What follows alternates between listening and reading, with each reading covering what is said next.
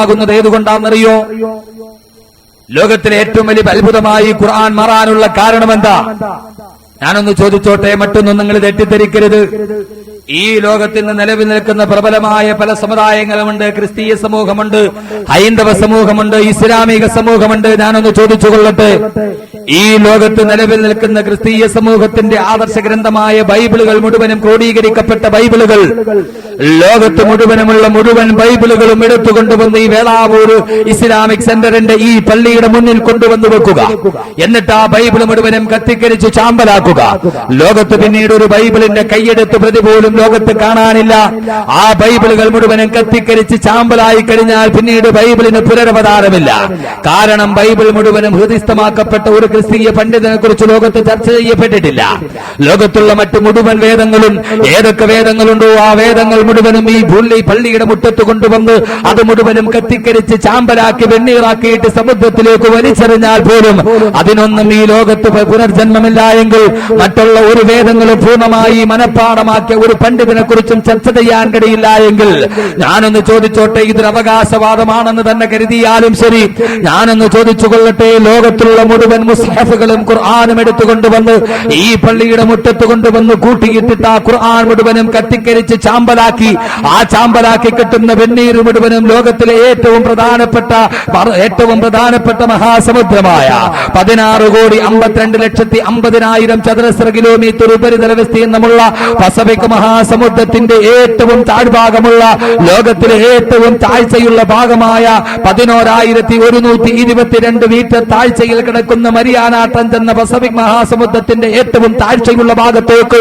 ലോകത്തുള്ള മുഴുവൻ ഖുർആനുകളും കത്തിക്കരിച്ച് ചാമ്പലാക്കിയ വെണ്ണീർ കൊണ്ടുപോയി പസഫിക് മഹാസമുദ്രത്തിന്റെ തിരമാലകൾക്കുള്ളിലേക്ക് വലിച്ചെറിഞ്ഞു കഴിഞ്ഞിട്ട് ഇനി ഈ ലോകത്തൊരു ഖുർആൻ പോലും ബാക്കിയില്ല. ലോകത്തുള്ള ഖുർആൻ മുഴുവനും കത്തിക്കരിച്ച് ചാമ്പലാക്കി കിട്ടിയ വെണ്ണീർ കൊണ്ടുപോയി ലോകത്തിലെ ഏറ്റവും താഴ്ചയുള്ള പ്രദേശമായ പസഫിക് മഹാസമുദ്രത്തിന്റെ തിരമാലകളെ മുകളിലേക്ക് അലിഞ്ഞു ചേർന്നിട്ട് ലോകത്തിന് ഖുർആനില്ല എന്ന് ആരെങ്കിലും പറഞ്ഞാൽ നമുക്ക് പറയാൻ കഴിയുമോ? അവിടെ നിന്ന് കടന്നു വന്നിട്ട് ഈ ഇന്ത്യ രാജ്യത്ത് വേണ്ട നമ്മുടെ കേരള സംസ്ഥാനത്തിൽ തന്നെ എത്രയോ അറബി കോളേജുകളുണ്ട്, എത്രയോ മദ്രസകളുണ്ട്. ഈ തിരുവനന്തപുരം ജില്ലയിൽ തന്നെ എത്രയോ അറബി കോളേജുകളും മദാരിസുകളുമുണ്ട്.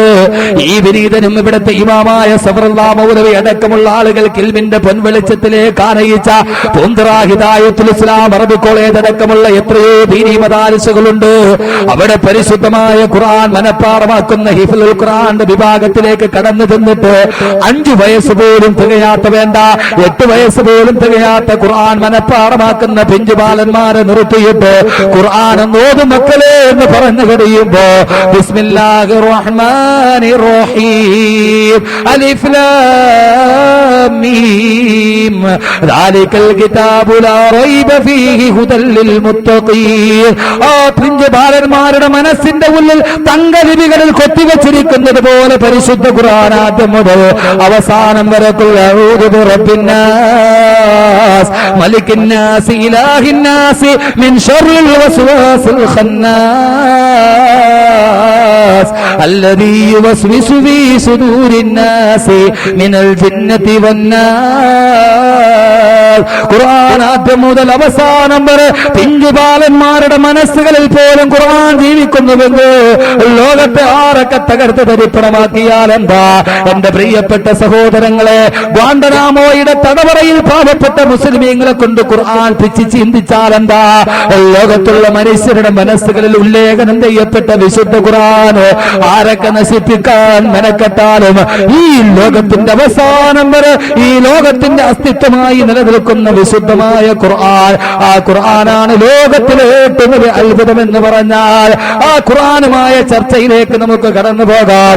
ആ ഖുർആനുമായ ചർച്ചയിലൂടെ നമ്മുടെ പ്രഭാഷണത്തിന്റെ 2ാം ദിവസം നമുക്ക് തുടർന്നു പോകാം.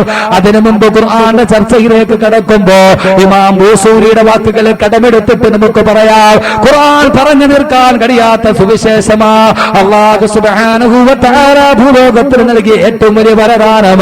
അർത്ഥത്തിന്റെ മഹാസാഗരവുമായി ഈ ലോകത്തേക്ക് കടന്നു വന്ന വിശുദ്ധ ഖുർആൻ.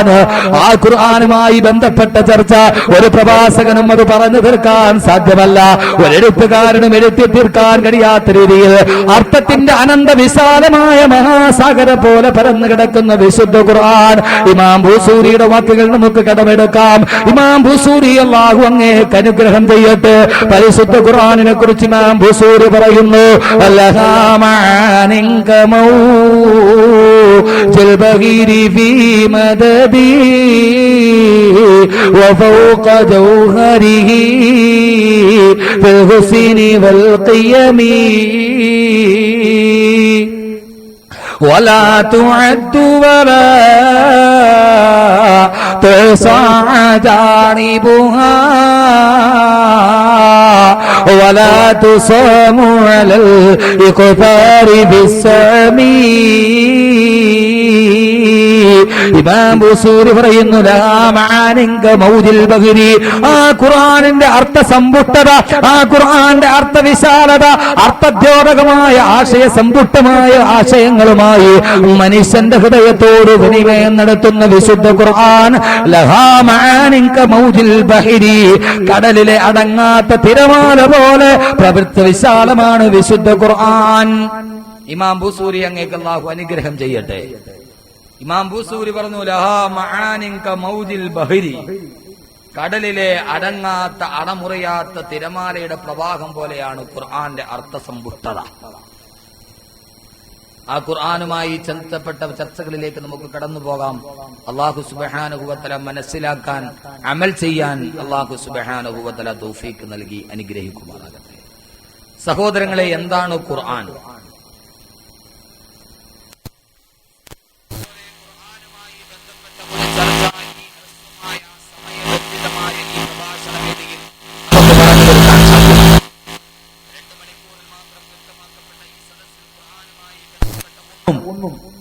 പോരാത്തതിന് നമ്മെ പോലെയുള്ള ബലഹീനരായ ആളുകൾക്ക് എങ്കിലും ഖുർആനിനെ കുറിച്ച് സംസാരിക്കുമ്പോൾ നമ്മുടെ വാചാലത അതും പര്യാപ്തമായില്ല എന്ന് നമുക്ക് തോന്നിപ്പോകും. വിശുദ്ധമായ ഖുർആൻ അതാണ്. എന്താണ് ഖുർആൻ എന്ന ചോദ്യത്തിന്റെ ആകെയുള്ള ഒരൊറ്റ ഉത്തരം, ഖുർആൻ എന്താണ് എന്നതിന്റെ ഉത്തരമായി അല്ലാഹുവിന്റെ പ്രവാചകൻ നബി മുഹമ്മദ് മുസ്തഫ, ആദരവായ നബി മുഹമ്മദ് മുസ്തഫ, ഓർമ്മയുണ്ട്, ഹബീബായ നബി മുഹമ്മദ് മുസ്തഫ സല്ലല്ലാഹു അലൈഹി വസല്ലം വിശുദ്ധമായ ഖുർആനിനെ കുറിച്ച് അവിടുത്തെ അതരമൊഴികളിൽ നിന്ന് നിർഗളിച്ച ഒരൊറ്റ ഹദീസ്, ഇൻഷാ അല്ലാഹ് അത് മാത്രം ചർച്ച ചെയ്ത് നമുക്ക് ഇന്ന് ഈ സദസ്സ് പിരിയാം. അല്ലാഹു തൗഫീഖ് നൽകി അനുഗ്രഹിക്കുമാറാകട്ടെ. ബഹുമാനപ്പെട്ട ഹാരിസ് ബിൻ അൽ-അഅ്വ റളിയല്ലാഹു തആല അൻഹു റിവായത്ത് ചെയ്യുന്ന ഒരു ഹദീസ്. ഹാരിസ് ബിൻ അൽ-അഅ്വ റളിയല്ലാഹു തആല അൻഹു പറയുന്നു, മറർതു ഫിൽ മസ്ജിദി ഫഇദൻ നാസു യഖൂലൂന ഫിൽ അഹാദീസ്. ഹാരിസ് ബിൻ അൽ-അഅ്വ റളിയല്ലാഹു തആല അൻഹു പറയുന്നു, മറർതു ഫിൽ മസ്ജിദി, ഞാനൊരു പള്ളിയിലൂടെ, നമ്മുടെ നാട്ടിലെ പള്ളിയിലൂടെ ഞാൻ കടന്നുപോയി. ആ സമയത്ത് ഫഇദൻ നാസു യഖൂലൂന ഫിൽ അഹാദീസ്, പള്ളിയിലൂടെ ഞാൻ നടന്നു പോകുമ്പോ പള്ളിക്കകത്തിരുന്ന് ചില ആളുകൾ നാട്ടുവർത്തമാനം പറഞ്ഞ് തർക്ക വിതർക്കങ്ങൾ നടത്തി, അവരങ്ങോട്ടും ഇങ്ങോട്ടും ആശയ സംവാദം നടത്തി നാട്ടുവർത്തമാനങ്ങളുമായി പള്ളിയെ ശബ്ദ കോലാഹലങ്ങളാൽ മുഖരിതമാകുന്ന അവസ്ഥ ഞാൻ കണ്ടു. എന്റെ മനസ്സ് വേദനിച്ചു. ഹാരിസിൽ പറയുന്നു, പള്ളിക്കകത്തിരുന്ന് അങ്ങോട്ടും ഇങ്ങോട്ടും വർത്തമാനം പറഞ്ഞ് അങ്ങോട്ടും ഇങ്ങോട്ടും തർക്ക വിതർക്കങ്ങൾ നടത്തി ആളുകൾ അങ്ങോട്ടും ഇങ്ങോട്ടും ശബ്ദമയാനമായ ഒരു അന്തരീക്ഷം ഞാൻ പള്ളിയിൽ കണ്ടു.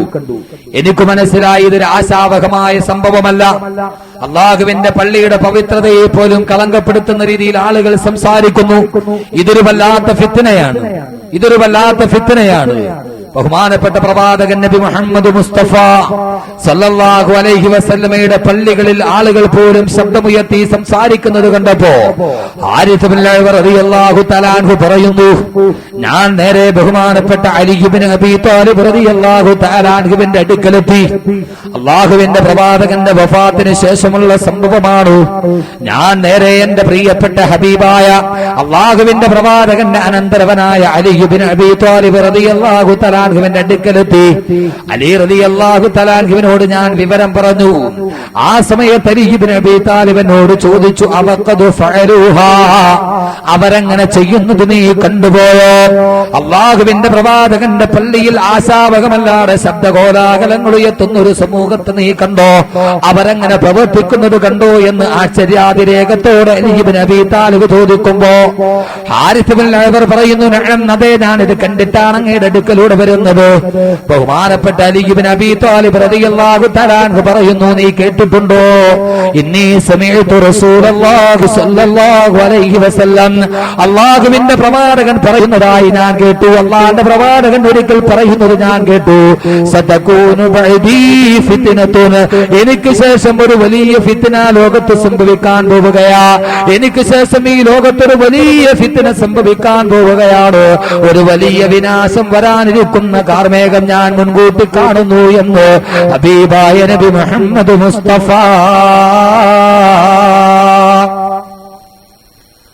അല്ലാഹുവിന്റെ പ്രവാചകൻ പറയുന്നതായി ഞാൻ കേട്ടു, സതകൂനു ബഅദീ ഫിത്നത്തുൻ, എനിക്ക് പിറകെ ഒരു വലിയ ഫിത്ന ഉണ്ടാവാൻ പോകും.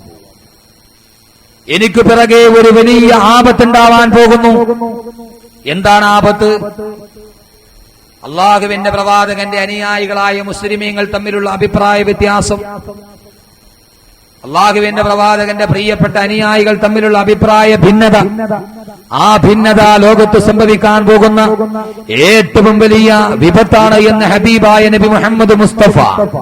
അഭിപ്രായ ഭിന്നതയുടെ പേരിൽ ഈ സമൂഹം മുഴുവനും ആശാവഹമല്ലാത്ത ഈ സമൂഹം ഏറ്റവും വലിയ അധപതനത്തിന്റെ പടുകുടികളിലേക്ക് കടന്നു ചെല്ലുമ്പോ, എന്തിനേറെ റമളാൻ മാസത്തിൽ പോലും തറാവീഹിനെ കുറിച്ചുള്ള ചർച്ച ചെയ്ത് മൗലൂദിന്റെയും റാത്തീബിന്റെയും ചർച്ചകളിലൂടെ ഒരു പള്ളിയിൽ ജുമുഅ പോലും സമാധാനപരമായ രീതിയിൽ നടക്കാൻ കഴിയാത്ത അവസ്ഥയിലേക്ക് ഈ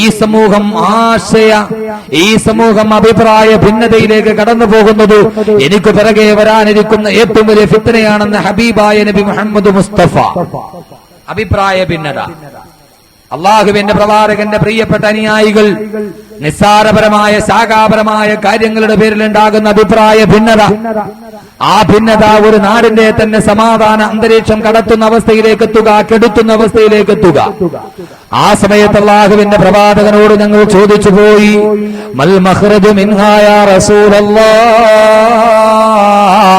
അല്ലാഹുവിന്റെ നബിയേ, ആ വലിയ ആപത്തുകളിൽ നിന്ന് ഞങ്ങളെ രക്ഷപ്പെടുത്താൻ ഒരു മാർഗം പറഞ്ഞതാ നബിയേ. ആ വലിയ ഫിത്നയുടെ കാലഘട്ടത്തിൽ ഒരു രക്ഷാകവചം ഞങ്ങൾക്ക് അങ്ങ് തീർത്തുതാ നബിയേ, ഒരു രക്ഷയുടെ മാർഗം ഞങ്ങൾക്ക് പറഞ്ഞതാ നബിയേ. മൽ മഖ്റജു മിൻഹാ